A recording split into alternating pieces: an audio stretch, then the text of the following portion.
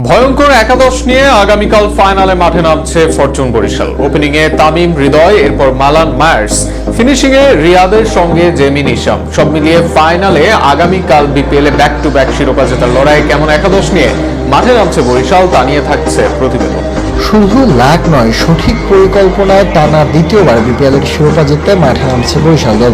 আগামীকালের আগে 20 টুর্নামেন্টে 13 ম্যাচ খেলেছে ফরচুনরা, জিতেছে 10 ম্যাচেই, 2টি হার রংপুরের বিপক্ষে আর একটি সর্বশেষ ম্যাচ চিটাগংয়ের বিপক্ষে।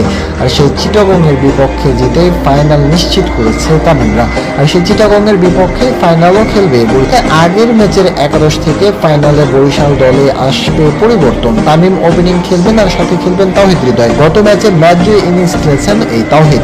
অন্যদিকে ওয়ান ডাউনে খেলবেন ফর্মের তুঙ্গে থাকা ডেভিড মালান। মাঝে একটু খরা গেলেও সর্বশেষ 3 ম্যাচে ছিলেন দলের অন্যতম নায়ক, তাই ওয়ান ডাউনে তার খেলাটা নিশ্চিত। এরপর 4 নম্বরে দলের পেস অলরাউন্ডার কাইল মায়ার্স খেলবেন। অন্যদিকে এই আসরে মাহমুদুল্লাহ রিয়াদ কয়েকটি ভালো ইনিংস খেললেও এখনো ক্রোশে আবদ্ধ মুশফিকুর রহিম। তবে এই দুজনের একাদশে থাকা নিয়ে কোনো সন্দেহ নেই। দলের হয়ে 5 ও 6 নম্বরে নামতে পারেন তারা। 7 নম্বর পজিশন থেকে বাদ করতে পারেন মোহাম্মদ নবী। ফাইনালে উইকেট হবে ব্যাটিং ফ্রেন্ডলি, সেখানে এক স্পিনার কমিয়ে রিয়াদকে ব্যবহার করতে চাইবেন তামিম ইকবাল। আর এই স্থানে ব্যাট হাতে নামবেন কিউই অলরাউন্ডার জেমি নিশাম। আর 8 নম্বরে লেগ স্পিনার রিশাদি খেলবেন। নম্বর 9 এ খেলবেন মোহাম্মদ আলী।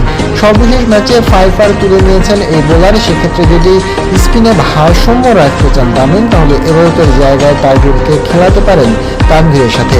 অন্যথায় এবাদত আর তানভীর খেলবেন ফাইনাল ম্যাচ। ফাইনাল ম্যাচ অনুষ্ঠিত হবে আগামীকাল 7 তারিখ সন্ধ্যা 7টায়। ব্যাক টু ব্যাক বিপিএল এর চ্যাম্পিয়ন হওয়ার রেকর্ডে নিজেদের নাম লেখাতেই আগামীকাল মাঠে নামবে পদ্মাপাড়ের দলটি।